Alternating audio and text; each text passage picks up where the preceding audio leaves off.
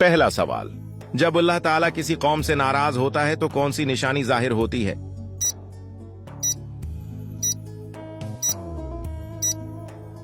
सही जवाब है बेमौसमी बारिशें होती है। अगला सवाल, कौन से घर में बेटी का रिश्ता भूल कर भी नहीं करना चाहिए?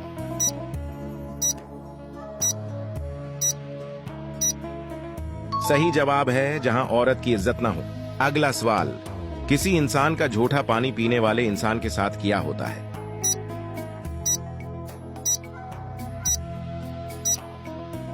सही जवाब है सवाब मिलता है। अगला सवाल, कौन से दरख्त के नीचे बैठने वाला इंसान कभी नामर्द नहीं होता है?